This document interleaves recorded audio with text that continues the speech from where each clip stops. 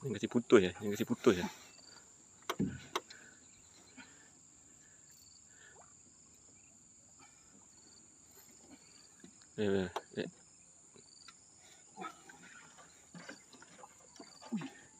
Ha. Oh, boleh. Kau ada. Cepat dia. Ini besar dia. Cepat dia. Ini dia. Kasih ini kali dia. Ini kali lah dia pergi tepi dia pam dia. Pam. Ini kali pocik. Lepas ni kau berkuat. Cepat dia. Kat kayu kau tadi dia. Cepat dia. Dia menokak. Cepat dia. Rod jangan kat tinggi. Rod. Aduh. Ngeri ke. Aduh. Rod kau tak cukup pam.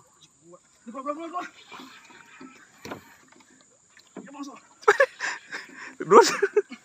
Rod tu biar bawah. Rod kayu biar kat bawah. Ha macam tu. Jangan kau ambil dari atas, dia tak cukup powder. Standby longgarkan rack. Jaga ikan. Dia akan naik ke kayu ni.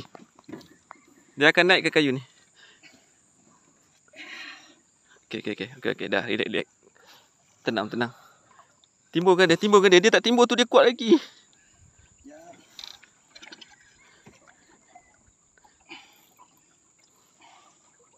Allah.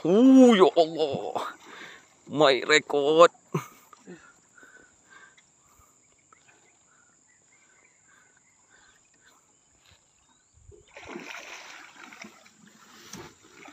Okey, 30 lebih dah.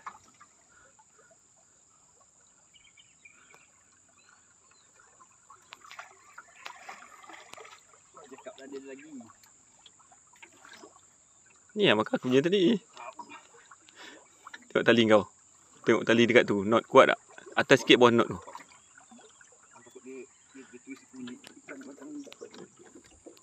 Dia tak kuat lagi tu.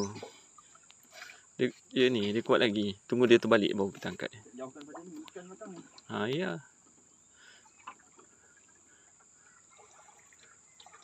Tiga 30 lebih ada.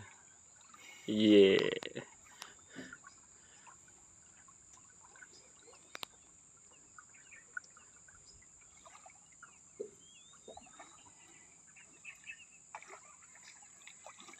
Kuat lagi buat orang melongkar.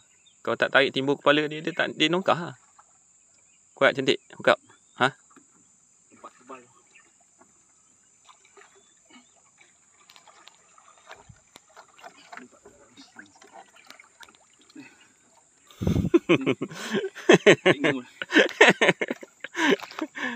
Apa?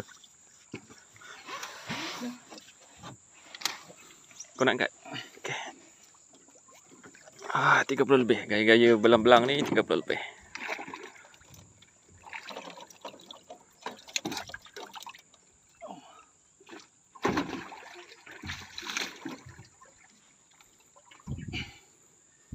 Wayang. Lip grip pusing jaga. Lip grip mata boleh tercabut. Mata boleh tercabut.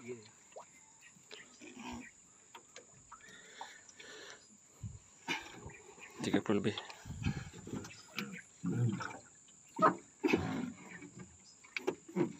Wayang angkat wayang.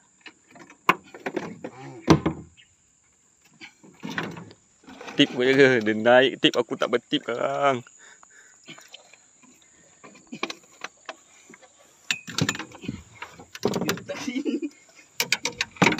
Apa? Ini macam lah. Tak pecah ke punya kot. Ha? Pecah punya ke? 30 ada.